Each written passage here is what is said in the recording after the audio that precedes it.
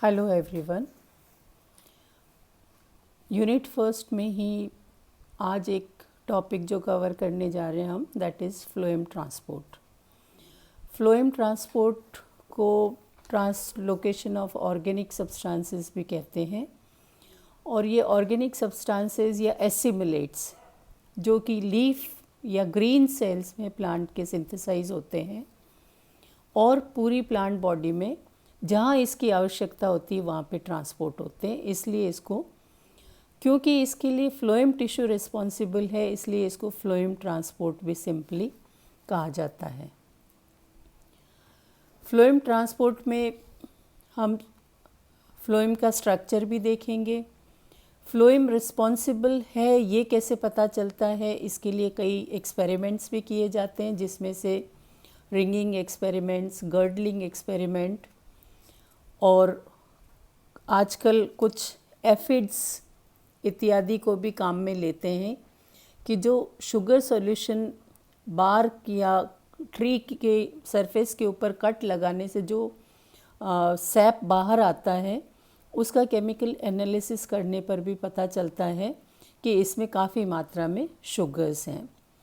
क्योंकि जो एसिमिलेट्स हैं ग्रीन सेल्स में वो मेनली सुक्रोज के फॉर्म में है, इसलिए इसको हम कॉमनली शुगर भी मैं यहाँ पे इसके लिए यूज़ करूँगी। फ्लोएम ट्रांसपोर्ट जो है एक बाई डायरेक्शनल एक्टिविटी है। ये जैसे एसेंट ऑफ सैप, मैंने ई कंटेंट पहले डाला था ग्रुप में। एसेंट ऑफ सैप में जो वाटर एब्जॉर्प्शन के बाद में जाइलम के द्वारा जो जड़ों के द्वारा अवशोषित जल है, उसका जो ट्रांसपोर्टेशन है वो एक ही डायरेक्शन में है, क्योंकि जड़ें ज़मीन में है, नीचे है, और जो वाटर का ट्रांसपोर्टेशन है वो बाकी प्लांट के भागों में जो कि उससे ऊपर स्थित है, इसलिए एक यूनी डायरेक्शनल एक्टिविटी के रूप में अपन पढ़ते हैं। लेकिन फ्लोएम ट्रांसपोर्ट जो है वो बाई डायरेक्शनल एक्टिविटी है, क्योंकि लीफ या यंग स्टेम जो कि फोटोसिंथेसिस का कार्य करते हैं, वहाँ पर जो एसिमिलेशन है वो सब जगह पे हो रहा है। तो जो सोर्स और सिंक रिलेशनशिप अपन इसमें पढ़ेंगे कि मीज़ोफिल सेल्स या ग्रीन सेल्स तो यहाँ पे सोर्स हैं, और सिंक्स जो है या तो इसके स्टोरेज ऑर्गन्स जैसे रूट्स हो सकती है या फिर इसके ग्रोइंग पॉइंट्स हो सकते हैं। तो सोर्स और सिंक रिलेशनशिप में अपने को यही डिस्क्राइब करना है कि मीज़ोफिल सेल्स में जहाँ फूड मैन्युफैक्चर हो रहा है या जहाँ पे ऑर्गेनिक सॉल्यूट्स मैन्युफैक्चर हो रहे हैं, वहाँ से ये सिंक की तरफ जब ट्रांसपोर्ट होएंगे, या लोडिंग भी इसको बोलते हैं, इसलिए इसके लिए ट्रांसलोकेशन शब्द भी काम में लिया जाता है। ये जो डायग्राम आप देख रहे हैं, ये फ्लोएम टिश्यू की एनाटमी यहाँ पे आपको देखने को मिल रही है। फ्लोएम जाइलम की तरह ही एक वेस्कुलर टिश्यू है या संवहन ऊतक है, जो कि एक जटिल प्रकार का परमानेंट टिश्यू है, कॉम्प्लेक्स टिश्यूज़ में आता है, क्योंकि यहाँ पर एक से अधिक प्रकार की कोशिकाओं से मिलकर ये बना हुआ होता है।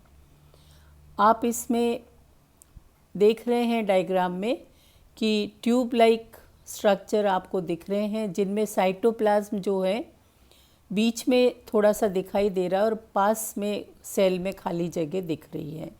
इनको ट्यूब सेल्स कहते हैं। इनके एंड्स पे आपको सीव लाइक स्ट्रक्चर दिख रहे हैं, कुछ छिद्र दिख रहे हैं, इनको सीव प्लेट्स बोलते हैं। इसके साथ ही जो कोशिकाएं बिल्कुल चिपकी हुई हैं, इनको कंपेनियन सेल बोलते हैं। ये दोनों ही कोशिकाएं जीवित हैं, companion cell as well as tube cells या सीव एलिमेंट्स जिनको बोलते हैं। हालांकि यहाँ पे आपको सीव ट्यूब में न्यूक्लियस नहीं दिखाई दे रहा है, कंपेनियन सेल में आपको न्यूक्लियस भी दिखाई दे रहा है। सबसे आखिर में आपको फ्लोएम पैरेन्काइमा की कोशिकाएं दिख रही हैं, वो भी इसका एक लाइव कंपोनेंट है। फ्लोएम का जो चौथा एलिमेंट है जो कि इस डायग्राम में तो नहीं है, लेकिन जिसको फ्लोएम फाइबर या जो स्क्लेरेनकाइमेटस पार्ट है फ्लोएम का वो है। तो यहाँ पे आप देखेंगे कि जाइलम में तो जो वेसल्स हैं वो डेड एलिमेंट्स हैं और एक के ऊपर एक पाइप लाइक स्ट्रक्चर ये बनाते हैं, लेकिन फ्लोएम में आप देखेंगे कि एनाटॉमिकली ये जो 4 कंपोनेंट से मिलकर बना हुआ होता है, इनमें से 3 भाग यहाँ पे लाइव हैं और चौथा भाग जो कि मैकेनिकल स्ट्रेंथ के लिए है फ्लोएम फाइबर्स, वो यहाँ पे इस डायग्राम में नहीं है, क्योंकि ट्रांसलोकेशन ऑफ फूड में उनका कोई इन्वॉल्वमेंट नहीं है, वो केवल मैकेनिकल स्ट्रेंथ प्रोवाइड करते हैं। तो फ्लोएम की एनाटॉमी से हमको ये पता चलता है कि यहाँ पे पैरेन्काइमा, कंपेनियन सेल्स और सीव एलिमेंट्स, ये तीनों ही कोशिकाएं जो है एंजियोस्पर्म्स में जीवित हैं। हायर प्लांट्स में फ्लोएम का आपको ये स्ट्रक्चर देखने को मिलता है, जबकि लोअर प्लांट्स ये भी फोटोसिंथेसिस का कार्य करते हैं, लेकिन वहाँ पे लोअर प्लांट्स में प्लांट बॉडी थैलॉइड होने के कारण, जो कि जड़, तना और पत्ती में विभेदित नहीं है, तो यहाँ पे थैलस या प्लांट बॉडी की हर एक सेल ग्रीन है, उसका खुद का क्लोरोप्लास्ट है, तो वो जो फूड मैन्युफैक्चर कर रही है उसी कोशिका के द्वारा काम में ले लिया जाता है। जबकि हायर प्लांट्स में पर्टिकुलरली लीव्स जो हैं वो सोर्सेज हैं और सिंक्स यहाँ पे ग्रोइंग पॉइंट्स या रूट्स हो सकते हैं। तो यहाँ पे अपने को ये देखना है कि हायर प्लांट्स में जो फूड मैन्युफैक्चर एक जगह पर हो रहा है, अब इस फूड को ट्रांसपोर्ट करना है जहाँ पे इसकी रिक्वायरमेंट है। तो ये ट्रांसपोर्टेशन जो है वो किस प्रकार से होता है, इसको लेकर फ्लोएम कई हाइपोथेसिस और थ्योरीज़ हैं कि फ्लोएम ट्रांसपोर्ट जो है वो मैकेनिज्म सिंपल डिफ्यूजन से लेकर इलेक्ट्रो ऑस्मोटिक हाइपोथेसिस तक हम इसको डिस्क्राइब कर सकते हैं। सिंपल डिफ्यूजन में तो ये कहा जाता है कि जहाँ पे मीज़ोफिल की कोशिकाओं में जब बहुत सारा फूड या सॉल्यूट्स, ऑर्गेनिक सॉल्यूट्स इकट्ठे हो जाते हैं, तो वो ऑब्वियसली अपने हायर कॉन्सेंट्रेशन से लोअर कॉन्सेंट्रेशन की तरफ सिंपल डिफ्यूजन की के प्रोसेस से मूव करते हैं। लेकिन काफ़ी मात्रा में अगर फूड और लंबी दूरी तक जब इसका ट्रांसपोर्टेशन करना हो तो हमें यहाँ पर एटीपी की आवश्यकता भी पड़ती है। तो ये एटीपी जो है फ्लोएम पैरेन्काइमा और कंपेनियन सेल्स के द्वारा प्रोवाइड की जाती है और ये इस प्रोसेस को थोड़ा सा फैसिलिटेट करते हैं। लेकिन जो मैकेनिज्म सबसे अच्छी तरह से और जो यूनिवर्सली एक्सेप्टेड हाइपोथेसिस है वो प्रेशर फ्लो हाइपोथेसिस है, जिसे अर्नेस्ट मंच ने 1928 में डिस्क्राइब किया था। इनके अनुसार जो फूड मैन्युफैक्चर हो रहा है मीज़ोफिल सेल्स में, वो फ्लोएम की पैरेन्काइमा की कोशिकाओं में इकट्ठा होता है और जब ये काफ़ी मात्रा में इकट्ठा हो जाता है तो सिंपल डिफ्यूजन से ये कंपेनियन सेल के थ्रू फ्लोएम के जो मेन एलिमेंट्स हैं, जो सीव सेल्स हैं, उसके अंदर इनकी लोडिंग जो है सिंपल डिफ्यूजन के द्वारा होती है। किसी एक कोशिका में जब बहुत सारे शुगर्स या सॉल्यूट्स इकट्ठे हो जाते हैं तो फिर इसे जाइलम के कॉलम में जो पानी इकट्ठा हुआ उसकी मदद लेनी पड़ती है। तो किसी भी पर्टिकुलर सेल में जब कॉन्सेंट्रेशन बहुत अधिक शुगर्स का बढ़ जाता है, जैसा कि आप डायग्राम में देख रहे हैं कि यहाँ पे आपको जाइलम और फ्लोएम एडजेसेंट दिख रहे हैं।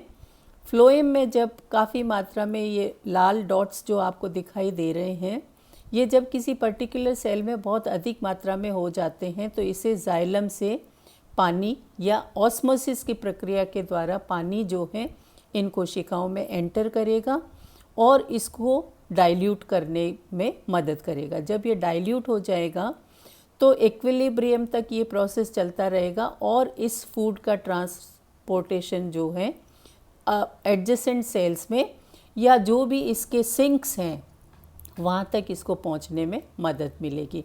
लेकिन नीचे की तरफ आप सेल्स देख रहे हैं जहाँ पे शुगर या सुक्रोज आपको कम दिखाई दे रहा है, तो वहाँ पे कॉन्सेंट्रेशन इसका कम होने के कारण यहाँ से फिर सॉल्वेंट मॉलिक्यूल्स या वाटर मॉलिक्यूल फिर से जाइलम के कॉलम में चले जाते हैं। तो ये प्रोसेस साइड बाय साइड चलता रहता है। कहने का तात्पर्य ये है कि एसेंट ऑफ सैप और फ्लोएम ट्रांसपोर्ट दोनों प्रक्रियाएं साथ साथ चलती हैं और इस तरह से फूड और वाटर दोनों का ट्रांसलोकेशन जो है साइड बाय साइड होता है।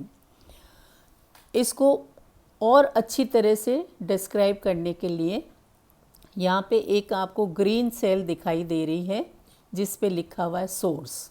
सोर्स का मतलब ये कोई मीज़ोफिल कोशिका है जिसमें क्लोरोप्लास्ट की मदद से यहाँ पे फोटोसिंथेसिस की प्रक्रिया हो रही है और यहाँ से जो है शुगर या सुक्रोज जो है कंपेनियन सेल में उनकी लोडिंग हो रही है। कंपेनियन सेल में जब ये बहुत अधिक मात्रा में इकट्ठे हो जाते हैं तो क्योंकि कंपेनियन सेल्स बिल्कुल फ्लोएम की कोशिकाओं से सीव सेल से चिपकी हुई कोशिकाएं हैं, तो यहाँ से ये सुक्रोज जो है ट्रांसपोर्ट होके फ्लोएम की सेल्स में इकट्ठा होने लगता है।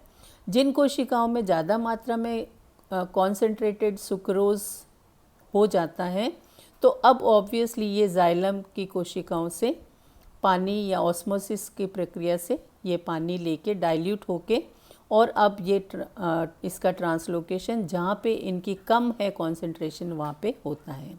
तो इस तरह से इसको प्रेशर फ्लो टेक्निक भी बोलते हैं या हाइड्रोस्टैटिक प्रेशर ग्रेडियंट भी कहते हैं, क्योंकि यहाँ पे ऑस्मोसिस भी साथ साथ हो रहा है, एंडोस्मोसिस एंड एक्सोस्मोसिस, और डिफ्यूजन भी साथ साथ में काम कर रहा है। तो इस तरह से फ्लोएम ट्रांसपोर्ट या एसिमिलेट्स का ट्रांसपोर्ट, जो भी एसिमिलेशन हो रहा है फूड का, वो सोर्स से सिंक की तरफ किस तरह से ट्रैवल करते हैं या इसका ट्रांसपोर्टेशन किस तरह से होता है, इस पूरे फिनोमिना को प्लांट फिजियोलॉजी में कॉमनली फ्लोएम ट्रांसपोर्ट के नाम से जाना जाता है।